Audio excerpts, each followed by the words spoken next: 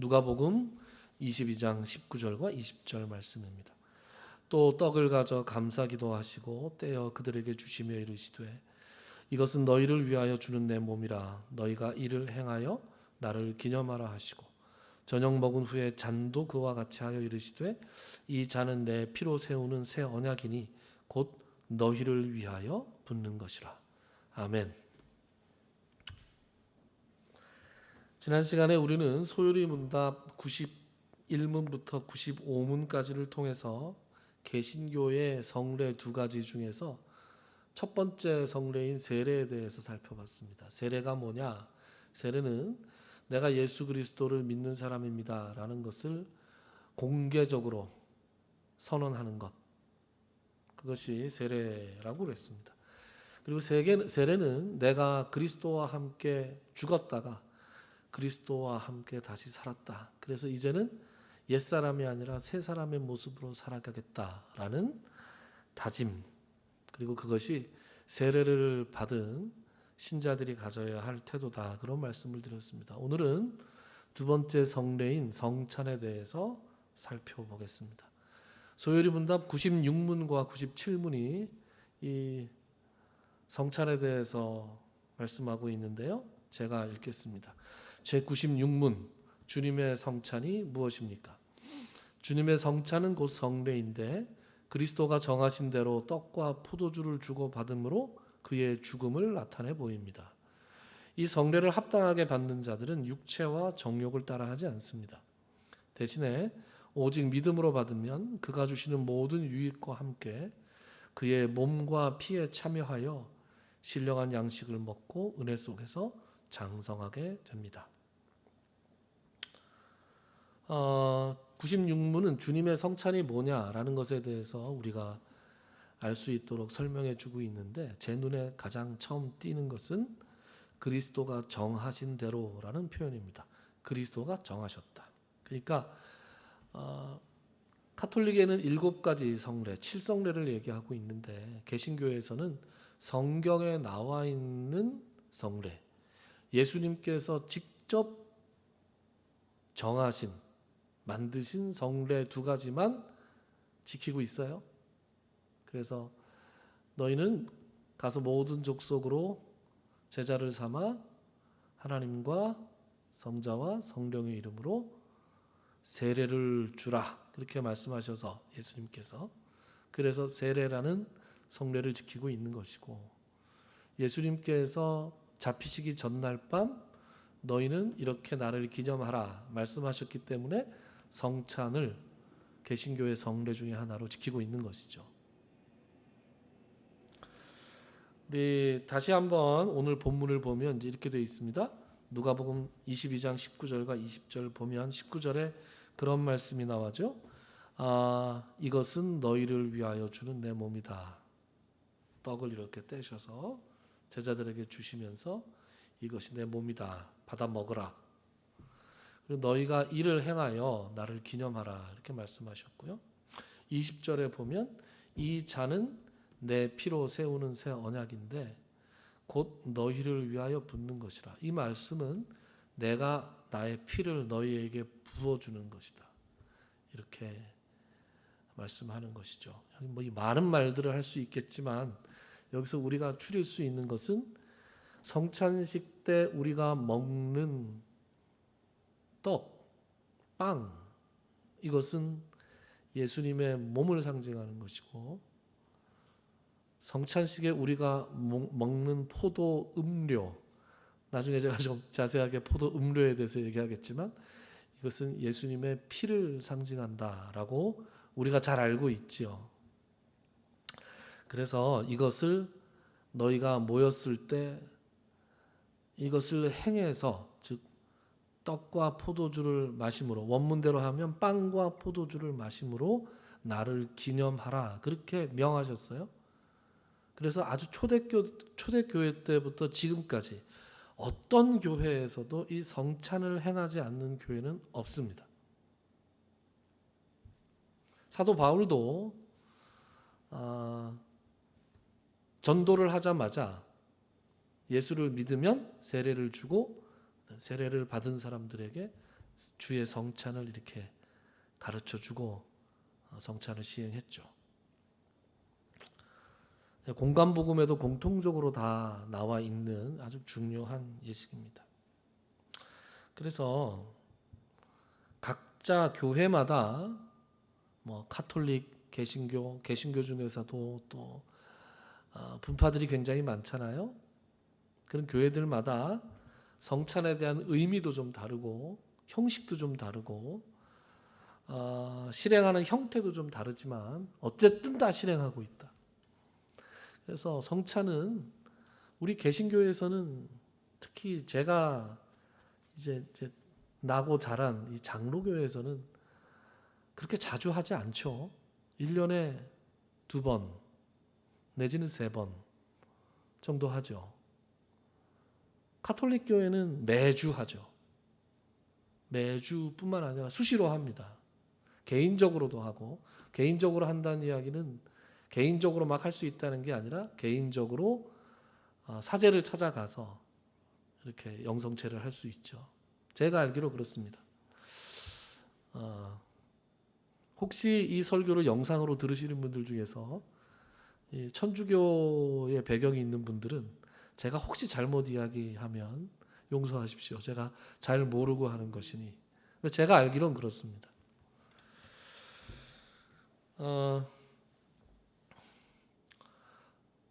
개신교는 보통 이제 부활절에 한번, 성탄절에 한번 이렇게 하죠. 추수감사절에 하는 곳도 있고요. 그때 이제 세례와 더불어 성찬을 같이 합니다. 좀 자주 하는 교회는 한 달에 한 번 정도 성찬을 하는 교회도 있습니다. 신학교에서 배울 때는 어떻게 배우느냐? 자주 할수록 좋다. 이렇게 배웁니다. 근데 여러 가지 이유로, 개신교는 여러 가지 이유로 자주 하지 않습니다. 근데 이제 제 개신교 중에서도 목사님들에 따라서 매주 하는 교회도 있습니다. 저도 매주 하는 게 좋다고 생각하는데 매주 하면 좀 타성에 젖을까 봐 되도록 자주 했으면 좋겠다, 그런 생각을 가지고 있습니다. 그래서 여건이 이제 허락하면 성찬식을 좀 자주 할까, 그런 생각을 하고 있습니다. 의논해 보시죠, 나중에. 로마 카톨릭과 개신교가 왜 이렇게 자주 하고, 로마 카톨릭은 매주 하고 개신교는 이렇게 자주 하지 않느냐? 교리적인 배경이 좀 있어서 그래요. 그럼 교리적으로 개신교는 자주 안 해도 된다고 가르치냐? 그렇지는 않습니다. 그런데 로마 카톨릭이 훨씬 더 이 성찬에 대해서 좀 더 성찬을 자주 할 수밖에 없겠다 싶은 교리를 가지고 있어요. 그게 뭐냐? 이제 화채설이라고 하는 교리를 가지고 있어서 그렇습니다. 우리 그 96문, 소요리문답 96문을 다시 한번 보시면 중간쯤에 보면 두 번째 줄에 보면 이런 말씀이 나오죠. 이런 말이 나오죠. 이 성례를 합당하게 받는 자들은 육체와 정욕을 따라하지 않습니다. 이렇게 표현되어 있는데 이 부분이 사실은 카톨릭의 화채설을 좀 겨냥한 문구예요. 근데 영어로 된 부분은 좀 과한 번역 같아요, 제가 보기에. 그래서 이거를 어떻게 번역하면 조금 원문에 가깝냐면 이렇게 번역하면 원문에 가깝습니다. 이 육체와 정욕을 따라하지 않는다라는 말은 신체적이고 육체적인 방식이 아니라 이 정도가 좋을 것 같아요. 원문이 영어니까 영어를 번역하면 되죠. 그러니까 이 성례를 합당하게 받는 자들은 신체적이고 육체적인 방식이 아니라 오직 믿음으로 받으면, 이제 이렇게 개신교는 믿는 거예요. 그러면 신체적이고 육체적인 방식이 아니다라는 말은 무슨 말이냐? 신체적이고 육체적인 방식으로 믿는 사람들도 있다는 얘기잖아요. 그게 바로 화채설이라는 교회입니다. 화채? 여름에 시원하게 먹는 그 화채 말고요. 아이 말고 어이. 화채라는 건 화가 이게 될 화자라 그러나요? 체는 이제 뭐 육신 할 때, 육체 할 때 체입니다. 몸체자. 그러니까 몸으로 변한다라는 교리예요.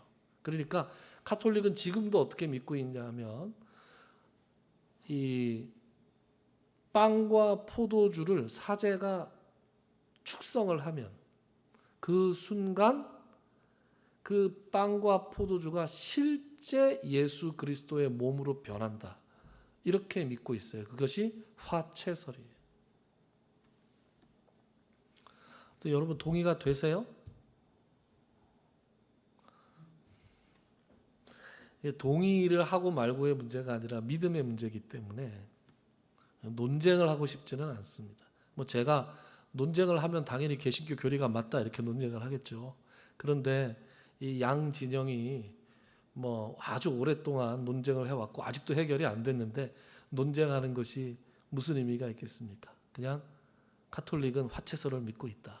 우리는 그렇게 믿고 있지 않다. 우리는 영적 임재설이라는 걸 믿습니다.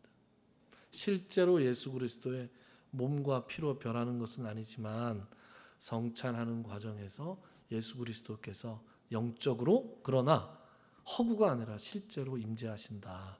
우리가 예수를 믿으면 우리 성령님이 우리 안에 내주하신다라고 믿잖아요. 그것과 똑같이 자리에 함께 하신다. 그러나 떡과 포도주 자체가 예수 그리스도의 몸으로 변하는 것은 아니다.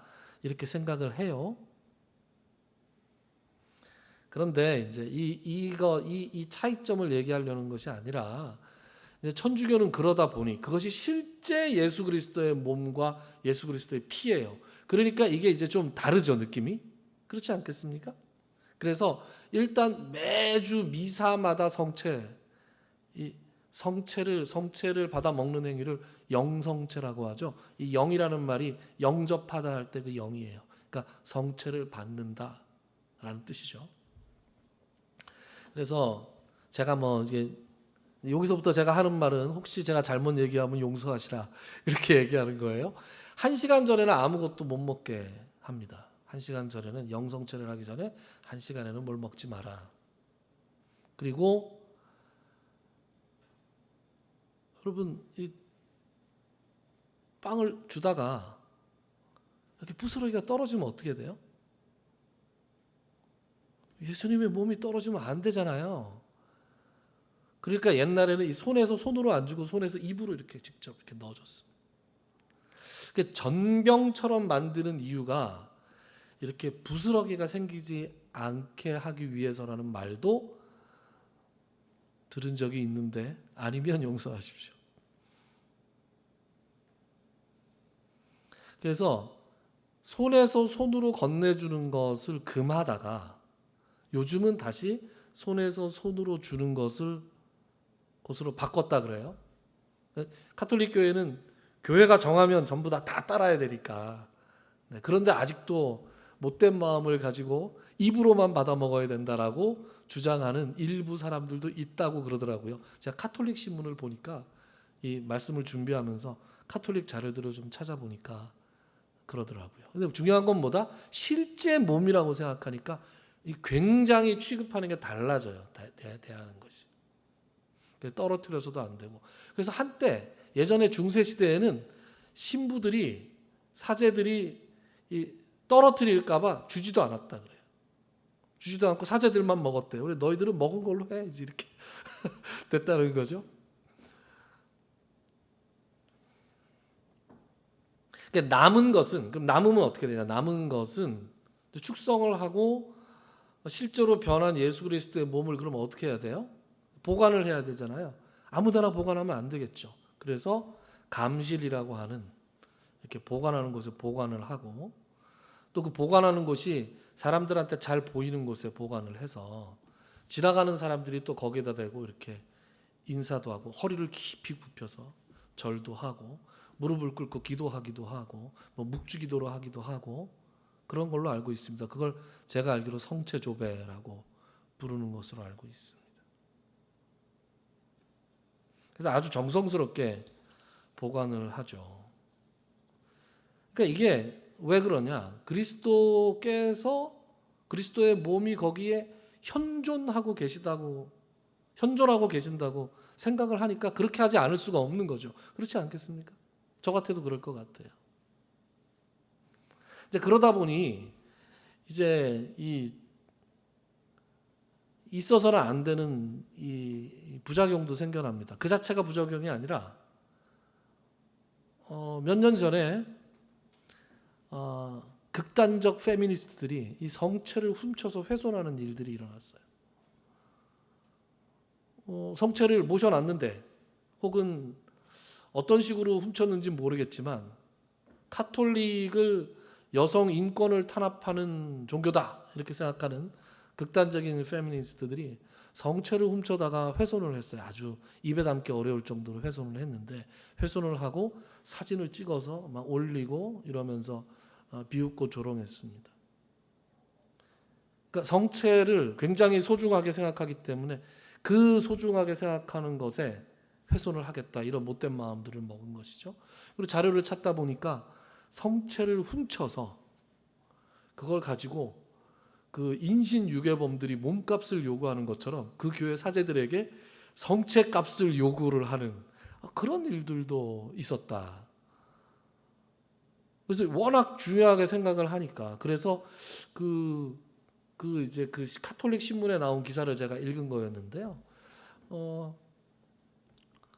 그러다 보니 이제 무슨 얘기가 있었냐? 성체를 관리를 소홀하게 해서 우리가 도둑을 맞은 것이기 때문에 성체 관리를 더 열심히 해야 된다. 또 이렇게 얘기를 하는 분들이 계시더라고요. 또 옛날에는 제가 이거는 자료를 찾아본 건 아니고 어디서 들은 얘기인데 옛날에는 성체 자체가 굉장히 신비한 주술적인 의미가 있는 것으로 그렇게 여겨져서 성체를 훔쳐다가 집에다 놓고 이렇게 먹고 병이 낫기를 바란다거나 그런 사람들도 있었다라는 거죠. 이 모든 일들이 일어나는 근본적인 이유는 빵과 포도주가 실제로 예수님의 몸과 피로 변한다는 교리 때문에 그것을 아주 소중히 여김과 동시에 그것을 둘러싼 이제 이 훼손, 나쁜 짓들을 하게 되는 거죠. 이제 그거에 반해서 개신교는 빵과 포도주를 상징으로 생각하는 것이죠. 예전 아까 앞에서 언급한 것처럼. 그래서 영적으로 그리스도께서 임재하신다고 믿지만 빵과 포도주 자체가 예수 그리스도의 몸과 피로, 살과 피로 변화한다고 믿지는 않습니다. 그러다 보니까 느낌이 확실히 좀 다른 건 사실이에요. 그래서 자주 성찬을 안 하더라도 큰 느낌이 없고 불만들도 별로 없고 뭐 그렇게 되는 것 같습니다. 성찬에 쓰이는 빵, 뭘 쓰죠 주로? 카스테라를 많이 쓰죠. 카스테라 씁니까 거기? 카스테라. 저는 카스테라를 또 이렇게 이제 잘라서 사람이 많으니까 미리 잘라 놓잖아요. 저는 개인적으로 좀 별로입니다. 카스테라 주님의 몸을 상징하는데 주님의 이 찢기신 몸을 상징하잖아요. 단면이 너무 이렇게 딱 반듯하게 잘려지고 먹으면 너무 달고 또 이렇게 싹 녹는 카스테라는 좀 별로다. 개인적으로 그렇게 생각합니다. 빵에 대한 규정은 없어요. 규정은 없기 때문에 어떤 것을 써도 괜찮습니다. 그러니까 제가 불만을 표시하는 거죠. 저 같으면 이 온전한 빵 한 개를 예수님께서 하셨듯이 이렇게 뜯어서 잘라서 손으로 이렇게 뜯어서 나눠 드리고 싶어요.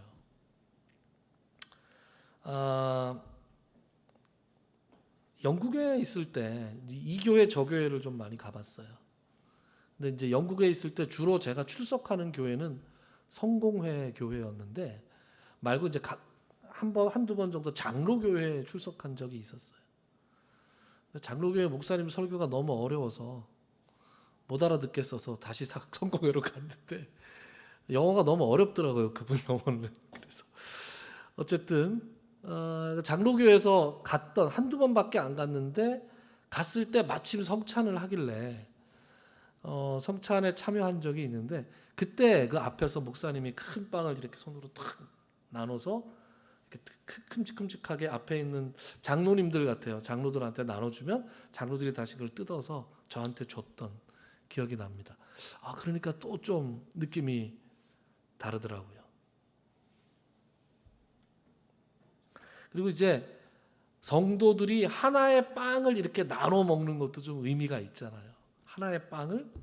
그래서 큰 교회는 뭐 불가능하겠지만 우리처럼 작은 교회는 빵 하나를 가지고 이렇게 나눠서 먹는 성찬이 가능할 것 같아서 개인적으로 기대가 좀 있습니다.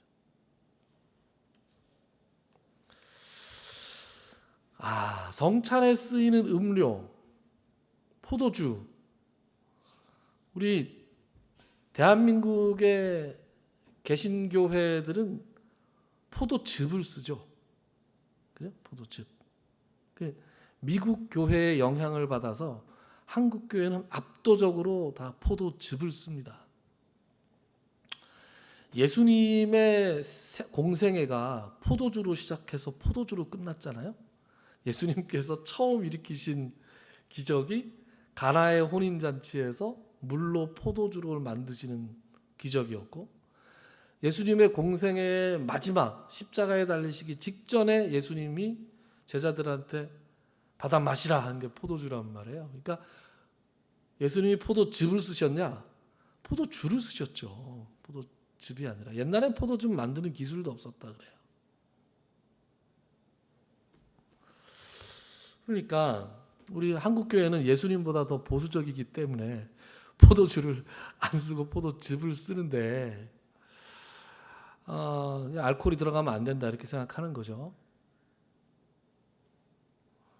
근데 이제 이게 한국 개신교가 포도즙을 쓰게 된 배경이 미국 교회 중에서도 이제 그 금주법이 시행되던 교회 있잖아요. 여러분 미국에 금주법이 있었던 거 아시죠? 1919년에서부터 한 30년, 33년, 한 20년 정도를 미국에서 전국적으로 술을 제조하지도 못하고 만들지도 못하고 먹지도 못하게 했습니다. 그런 시절이 있었다니까요. 그래서 그 금주령 때문에 부작용으로 커진 게 뭐예요? 마피아죠, 마피아. 마피아들이 몰래 술을 제조해서 팔면서 하여튼 뭐 금주령은 실패로 끝났죠. 어쨌든 그때 이제 무슨 얘기들이 있었냐? 아니 온 나라에 다 술을 못 먹게 하는데 너네들은 왜 모여서 술을 마시냐? 포도주를 왜 마시냐? 그런 문제제기가 있었다 그래요. 역사신학 전공하신 어떤 교수님한테 들은 얘기인데, 네. 그래서 교회에서도 그래 그건 좀 불공평한 것 같다. 그래서 포도 음료 금주령이 내려지기 전에 감리교 목사님이자 치과 의사였던 토마스 웰치라는 분이 있었는데 그 토마스 웰치라는 그분은 이제 알코올을 아주 죄악시했어요. 그래서 이제 그 알코올 대신에 이제 그 포도 음료를 발효되지 않는 포도 음료를 개발해내서 이제 그거를 자기네 교회에서 쓰고 있었는데 이제 그걸 좀 보편적으로 써보자.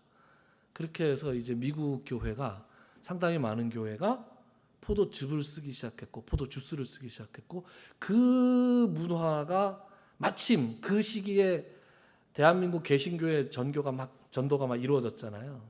19세기 20세기 초에. 그래서 그 문화가 이제 들어온 거죠. 금주 운동도 있었고 또 포도주 대신에 포도즙을 쓰는 문화가 생겨났어요. 여담이지만 토마스 웰치 어서 많이 들어본 이름 같지 않아요? 네, 웰치스죠. 그 웰치스가 바로 그분이 개발한 그 음료가 웰치스가 된 거죠. 다들 아시네요. 네. 근데 이제 부목사 시절에 그때 이제 예배가 3부가 있었는데 1부 예배, 2부 예배, 3부 예배. 1부 예배가 7시, 2부 예배가 9시, 3부 예배가 11시였어요. 그런데 이제 우리 교회는 이제 성찬 전에 한 3주 정도, 3주 2주 전에 이제 권사님들이 모여서 이제 포도즙을 만들었어요. 성찬용 포도즙을. 그리고 이제 성찬 때 쓰고 남은 거는 목사들이 모여서 다 마셨습니다. 그런데 그날 일부 예배 때예요. 일부 예배 7시에 이제 성찬기들이 이렇게 쭉 있고 뚜껑을 딱 여는데 목사님하고 저하고 눈이 딱 마주쳤어요. 이제 목사님이 여기 담임 목사님이 서 계시고 저는 이제 마주 있었단 말이에요. 그때 장로님들 안 오시니까 7시 예배는 참여하는 분들도 별로 없어요. 한 요 정도 참여하세요. 그러니까 이제 저 혼자 이렇게 서빙을 해도 된단 말이죠. 그때 이제 제가 서빙할 그 포도즙 그 뭐예요? 하여튼 그 뚜껑을 탁 여는데 술 냄새가 확 나는 거예요. 그러니까 목사님이 이렇게 있다가 저를 이렇게 딱 보셨어요. 둘이 눈이 딱 마주쳤어요. 술 냄새 나지. 나중에 알고 보니까 권사님들이 실토를 했는데 담을 시기를 놓쳐갖고 급하게 담는 바람에 포도즙이 발효가 돼서 포도주가 된 거예요. 아주 그냥 진하게 발효가 됐더라고요. 그래서 어떻게 해요? 해야죠. 저희들이 먼저 저부터 합니다. 원래 담임 목사님이 부목사 주면 부목사가 한 잔 마시고 그리고 교인들한테 싹 돌리고 근데 와서 제가 드리면 담임 목사님 마시는 과정이었는데 아이고 한 잔 마시니까 알딸딸해지더라고요. 9시 예배 때 또 한 잔 마셨죠. 11시 예배 때 또 한 잔 마셨죠. 3잔 마시고 아주 목사님하고 저하고 얼굴이 뻘개져가지고 아주 서로 막 웃었던 생각이 납니다. 남은 거 어떻게 했을까요? 누가 마실까요? 목사가 저밖에 없었어요. 담임 목사하고 저하고 담임 목사님하고 저하고 목사들이 마셔야 되는데 어떻게 했는지 기억이 안 납니다. 아무리 발뺌하려는 게 아니라 웃으면서 내가 알아서 할게 목사님이 그러셨던 것 같아요.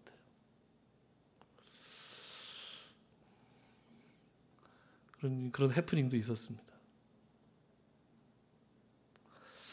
포도주를 마셔야 되느냐? 한국 교회와 미국 교회를 지금 미국 교회는 뭘로 하는지 모르겠어요. 근데 한국 교회와 미국 교회 그 전통이 그 문화가 살아있는 미국 교회는 포도즙을 이제 쓰고 근데 전 세계적으로는 압도적으로 포도주를 쓰죠. 교단 교회와 상관없이 포도주를 씁니다. 포도주를 쓰느냐, 포도즙을 쓰느냐, 뭐가 중요하겠습니까? 중요하지 않습니다. 성경에 보면 포도나무에서 난 것 이렇게 또 표현을 해놨어요. 그러니까 포도즙이든 포도주든 그것을 사용하는 사람들의 신앙을 우리가 존중을 해줄 필요가 있죠. 그런데 포도즙을 써야 된다라고 주장하시는 분들 중에서 제가 그건 참 그럴듯하다라고 생각한 것이 알코올 중독에서 벗어난 사람들이 성찬식에 참여해서 포도주를 마신 후에 다시 술을 입에 대기 시작했다라는 연구 결과가 있다래요. 그런 거 생각하면 포도즙을 써야 되겠다 이런 생각도 듭니다. 만약에 자주 해야 된다, 매주 한다, 그러면 심각하게 좀 생각해 볼 문제가 아닌가 그런 생각은 해봤습니다. 그래서 어떻게 하느냐? 장로교회에서 나서 장로교회만 평생 있어가지고 다른 교회, 특히 다른 교단에서 예배에 참석해 볼 기회가 저는 없었는데 그 갈증을 영국에 가서 좀 해결을 했어요. 제가 영국에서 있던 곳이 캔터베리라는 곳이에요. 좀 캔터베리라는 곳은 영국 국교회의 이 대주교가 있는 곳이 캔터베리입니다. 그러니까 영국 국교회의 중심지죠. 런던이 아니라 캔터베리예요. 그래서 캔터베리 대성당에 몇 번 출석을 해봤는데 너무 힘들더라고요. 거기 참석하는 게 너무 좀 격식을 갖춘 성례전이 그러니까 카톨릭의 미사하고 거의 다르지 않고요. 실제로 미사라고 부릅니다. 예배라고 안 부르고 미사라고 불러요. 뭐 거의 같은데요. 거기서는 이제 성찬을 할 때 그 대주교 말고 다른 사제들이 이렇게 통로 크니까요. 대성당이 크니까 통로 곳곳에 서 있고 줄을 서서 나가서 이렇게 전병이죠. 전병. 카톨릭에 쓰는 그 전병을 포도주에 이렇게 찍어서 제 입에 이렇게 넣어주면 제가 받아 먹었던 것 같아요. 줄을 서서 쭉 나가서 이렇게 받아 먹었습니다. 천주교도 그렇게 하지 않나요? 그렇죠. 그렇게 하죠. 그런데 성공회에는 이제 하이 처치라는 게 있고 로우 처치라는 게 있어요. 로우 처치는 우리 일반 개신교 프로테스탄트들하고 굉장히 비슷합니다. 그래서 이제 거기에 주로 출석을 했는데 거기서 드렸던 그 성찬이 굉장히 좀 인상 깊었어요. 거기는 이제 성찬 때가 되면 이 앞에 그 교회 평신도 대표들 같아요. 우리로 이제 장로교로 치면 장로 같은 분들이겠죠. 그런 분들이 이렇게 앞에 쭉 이렇게 섭니다. 2인 1조로 이렇게 서서 한 분은 이제 전병을 들고 계시고 한 분은 포도주 잔을 들고 있죠. 그래서 나아가서 거기는 또 그 앞에서 이제 무릎을 꿇고 이렇게 두 손으로 이렇게 받았어요. 무릎을 꿇고 두 손으로 받으니까 또 그 느낌이 좀 더 다르더라. 이것은 당신을 위해서 죽으신 주님의 몸입니다. 아멘. 하고 이렇게 받아 먹고 또 옆으로 이렇게 무릎을 꿇은 상태로 옆으로 이렇게 이동해서 포도주를 마시고 하니까 또 제자리에서 이렇게 장로님들이 가지고 온 잔과 카스테라를 먹던 거에 익숙하던 제가 나가서 무릎을 꿇고 받으니까 또 좀 느낌이 오더라. 좋은 쪽으로 느낌이 오더라는 거죠. 그리고 잔 하나를 쓰더라고요. 우리는 조그만 잔을 쫙 나눠서 이렇게 따라서 각자 한 잔씩 들고 이렇게 마시잖아요. 이 요만한 잔으로. 근데 거긴 또 이렇게 이만한 잔에다 포도주를 따라서 한 사람이 오면 마시고 또 이렇게 면포 같은 걸 이렇게 닦고 그 사람들은 또 마시고. 그래서 서양 사람들 옛날에 한국에 오면 찌개에 같이 숟가락 막 담궈서 막 먹는 거 가지고 더럽다고 막 생각했던 즐겁했던 서양 사람들이 또 한 잔으로 계속 같이 입대고 마시는 건 뭐 괜찮은가 봐요. 그래서 되게 이상했는데 한 잔으로 또 이렇게 마시다 보니까 뭔가 하나가 되는 느낌 같고 또 좋은 점이 있더라고요. 그러니까 저는 개신교에는 이 예전이 별로 없잖아요. 예전이. 또 그것이 우리의 자부심이기도 하고. 그런데 예전이 없는 곳에 있다가 예전이 좀 있는 교회에 가서 예배를 드리니까 그 예전에서 주는 그런 좋은 느낌이 있었습니다. 그런데 또 맨날 성공회에 출석하는 사람들은 예전에 그 타성에 젖어서 귀한 거 잘 모르더라고요. 사람은 다 그런 것 같아요. 어쨌든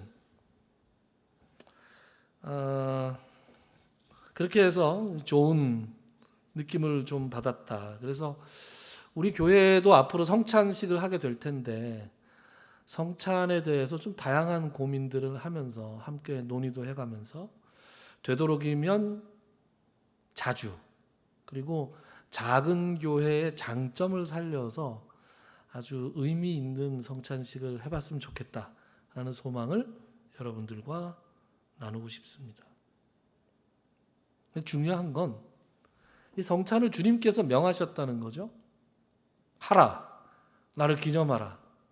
그랬으니까 우리는 다양한 신학적인 배경을 가지고 다양한 이유로 다양한 형식을 가지고 행하고 있지만 어쨌든 우리가 그것을 행해야 하는 것이고 주님께서 그것들을 행하면서 주님께서 우리를 위해서 그 몸이 찢기셨고 우리를 위해서 피를 흘리셨다는 그 사실을 다시 한번 상기하면서 이 성찬을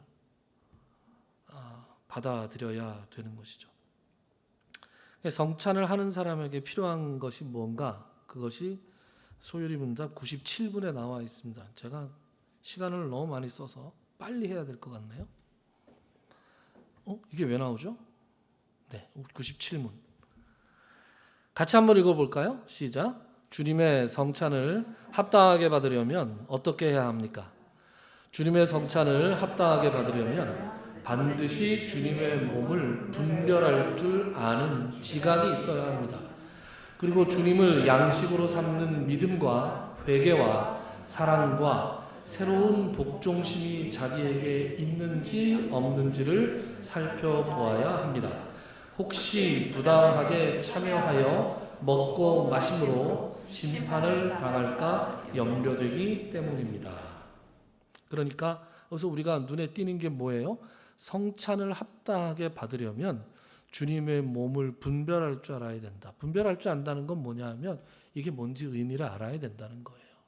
내가 지금 뭘 먹고 있는지, 이것을 먹으면서 내가 어떤 마음가짐을 가져야 하는지에 대해서 확실한 지식이 있어야 된다는 겁니다. 그것이 없이는 주님의 몸과 포도주를 받아서는 안 되는 것이죠. 그래서 대부분의 교회에서는 신앙 고백을 그래서 공적으로 세례를 받은 세례 교인들에 한해서만 성찬을 베풀고 있습니다.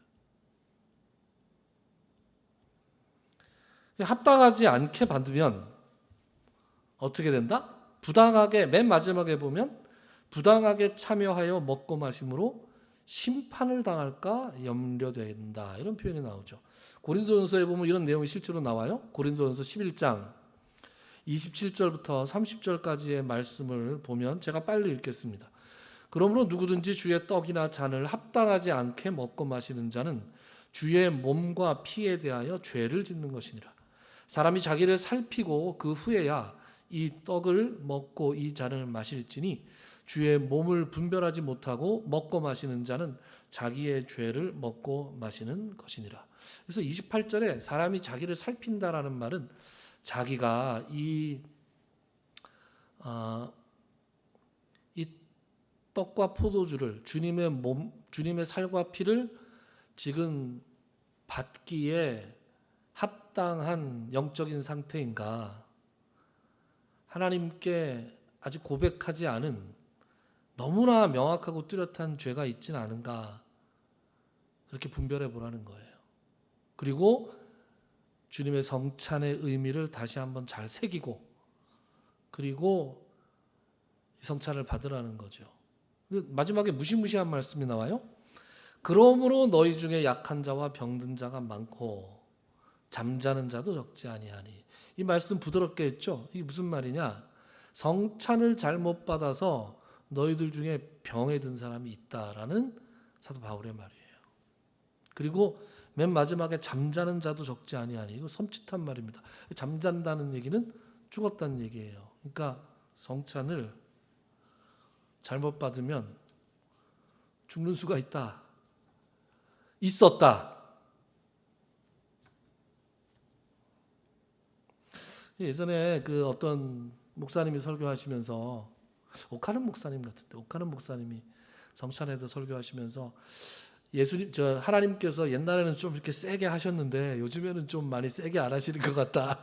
이렇게 얘기하시면서, 만약에 이거 세게 옛날처럼 하시면 교회마다 이 본당 밑에 지하에 영안실을 하나씩 이렇게 두고 성찬 먹다가 이렇게 실려 나가는 사람이 있으면 이렇게 하나씩 거기다가 보내야 되지 않냐, 이러면서 웃는 게 아닌 웃음을 웃었던 적도 있었던 것 같아요. 그만큼 주님의 성찬을 받는 것은 진지하고 엄숙하게 받아야 되는 문제다라는 것입니다.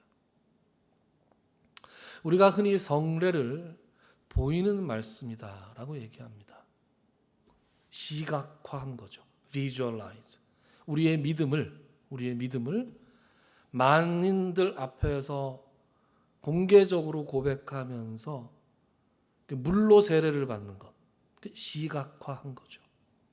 그리고 주의 살과 피를 상징하는 이 빵과 포도주를 받는 것, 이것이